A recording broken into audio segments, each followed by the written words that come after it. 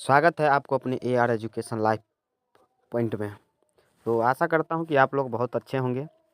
तो समय न गवाते हुए आज का हमारा क्वेश्चन है फर्स्ट नंबर, जो बहुत वीवीआई क्वेश्चन है, जो 12th क्लास हिस्ट्री का है, जो एग्ज़ाम में पूछा जाता है, हर एक साल पूछा जाता है। टॉप लघु उत्तरीय प्रश्न लाए हैं आप लोगों के बीच। तो समय न गवाते हुए स्टार्ट करते हैं।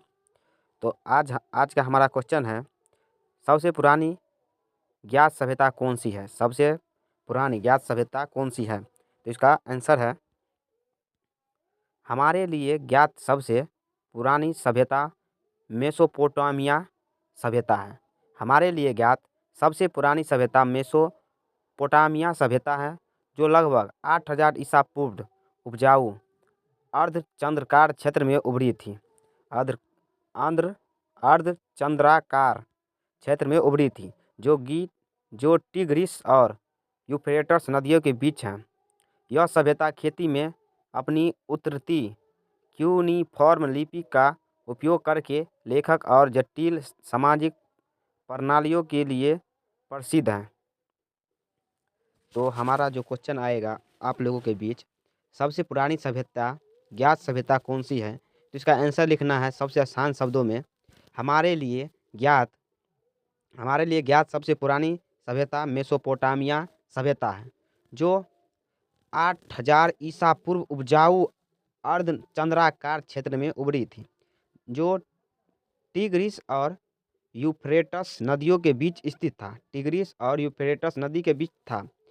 यह सभ्यता खेती में अपनी उन्नति है, क्यूनिफॉर्म लिपि का उपयोग करके लेखक और जटिल सामाजिक प्रणाली के लिए प्रसिद्ध है। दूसरा क्वेश्चन है, चीन की महान दीवार का निर्माण किसने कराया? चीन की महान दीवार का निर्माण किसने कराया? यह अजूबा भी है, हम लोग इसको अजूबा भी कहते हैं, चीन की महान दीवार। तो इसका आंसर है, चीन की महान दीवार सिर्फ एक सम्राट द्वारा नहीं बनाई गई थी। चीन की दीवार एक सम्राट द्वारा बनाई गई थी, बल्कि कई राजवंशों द्वारा कई शताब्दियों बनाई गई थी, जिसकी शुरुआत 7वीं शताब्दी ईसा पूर्व से हुई। शुरू में यह शुद्ध में विविध राज्यों द्वारा खुद की रक्षा के लिए बनाए गए सुरक्षा बलों का एक संग्रह था। बाद में इन्हें एक साथ जोड़कर एक दीवार बनाने के लिए बड़ा किया गया। तो यह चीन की महान दीवार सिर्फ एक सम्राट द्वारा नहीं बनाई गई, बल्कि कई राजवंशों द्वारा कई शताब्दियों में बनाई गई थी, जिसकी शुरुआत 7वीं शताब्दी ईसा पूर्व से हुई थी। शुरू में यह युद्ध में विभिन्न राज्यों द्वारा खुद की रक्षा के लिए बनाए गए सुरक्षा बलों का एक संग्रह था, जो बाद में इन्हें एक साथ जोड़कर एक दीवार बनाने के लिए बड़ा किया गया। तो आप लोग अच्छे से समझ रहे होंगे, हम आशा करते हैं। तो अगला प्रश्न है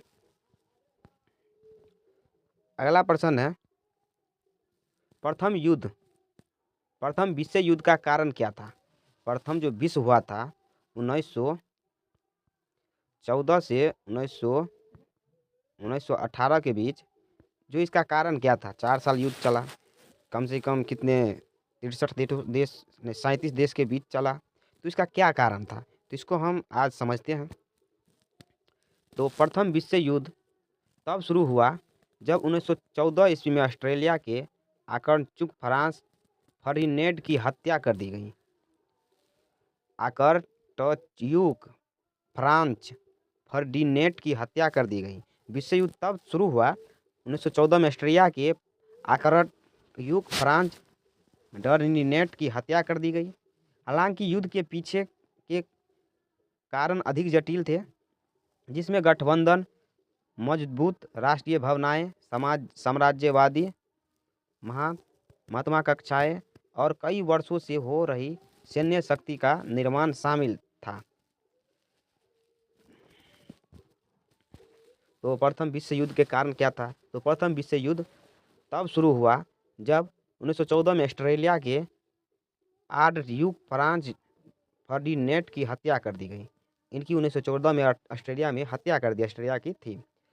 तो हालांकि युद्ध के पीछे के कारण अधिक जटिल थे, जिसमें गठबंधन, मजबूत राष्ट्रीय भावनाएं, साम्राज्यवादी महत्वपूर्ण कक्षाएं और कई वर्षों से हो रही सैन्य शक्ति का निर्माण था। अगला क्वेश्चन है, सोवियत संघ के पतन का कारण क्या था? सोवियत संघ का पतन का कारण क्या था? तो सोवियत संघ का 1991 ईस्वी में कई कारण के पतन हो गए, जिसमें शामिल थे आर्थिक स्थिरता, राजनीतिक दमन, जातीय तनाव और शीत युद्ध की समाप्ति। शीत युद्ध जो 1945 में जो हुआ था, शीत युद्ध तानाशाही, वो 1991 ईस्वी में ख़त्म हो गई। तो फिर सोवियत संघ का पतन का कारण, सोवियत संघ मतलब जो 15 राज्य में विभक्त हुआ, उसका पतन का कारण क्या था? तो यही था, जो सोवियत संघ का 1991 में कई कारणों से पतन हो गए, जिनमें शामिल थे आर्थिक स्थिरता, राजनीतिक दमन, जातीय तनाव और शीत युद्ध की समाप्ति के कारण सोवियत संघ 15 राज्यों में विभक्त हो गया। मतलब जो रूस था उसका 15 राज्यों में, मतलब एक मिला के बहुत बड़ा देश था जो रूस 1991 ईस्वी में आते आते वो 15 राज्यों में विभक्त हो गया, 15 देश में टूट गया।